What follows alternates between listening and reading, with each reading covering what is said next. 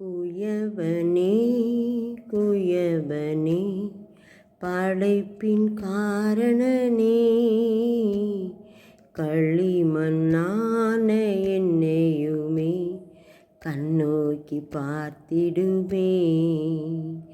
சங்கீதம் 103 அதிகாரம் 15ஆம் வசனம் 14ஆம் வசனம். நம்முடைய உருவம் என்னதென்று அவர் அறிவார், நாம் மண் என்று நினைவு கூறுகிறார். நம்முடைய உருவம் என்னதென்று அவருக்கு தெரியும், நாம் மண் என்று அவர் நினைவு கூறுகிறார். நம்ம ஆதியில் அதான் மண்ணால் தான் உருவாக்கப்பட்டான். அதுபோல் நாம் எல்லாரும் என்னதான் மண் தான், ஒன்றுமே இல்லை. ஒன்றுமில்லாத இடத்துல மண்ணை கொண்டு நம்மை உருவாக்கினார். நம்முடைய உருவம் என்னதென்று தெரியாது, நம்ம உருவம் என்னதுன்னு தெரியாது. ஆனால் கர்த்தர் அதை உண்டாக்கினார். என்ன செய்தார்? எப்படி உண்டாக்கினார்? மண்ணினால் உருவாக்கினார். மண்ணினால் அவர் உருவாக்கி நம்மை படைத்து இந்த உலகத்தில் நம்ம வைத்திருக்கிறார். அப்படின்னா அவருடைய பெரிய கிருபை.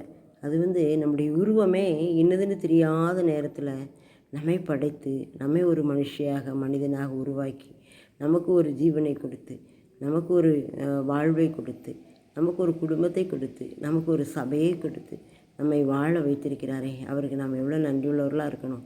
ஒன்றுமே இல்லை, அதில் நம்ம என்ன செய்ய உருவாக்கினார். ஒன்றுமில்லாமல் சகலத்தை உருவாக்கினவர்.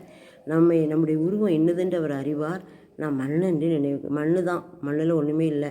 இடிச்சு போட்டாச்சுன்னா மண்ணோட மண்ணாக போயிடும். ஆனால் கர்த்தர் அதை என்ன செய்ய கனப்படுத்தினார். நம்மை கனப்படுத்தி உருவாக்கி இந்த உலகத்துக்கு வெளிச்சமாக ஒளியாக அவரை போல் நாம் இருக்கணும் அப்படின்னு சொல்லிட்டு நம்மை படைத்து வைத்திருக்கிறார். நாம் அவருக்கு நன்றியுள்ளவர்களாய் காணப்படுவோம். ஆமென்.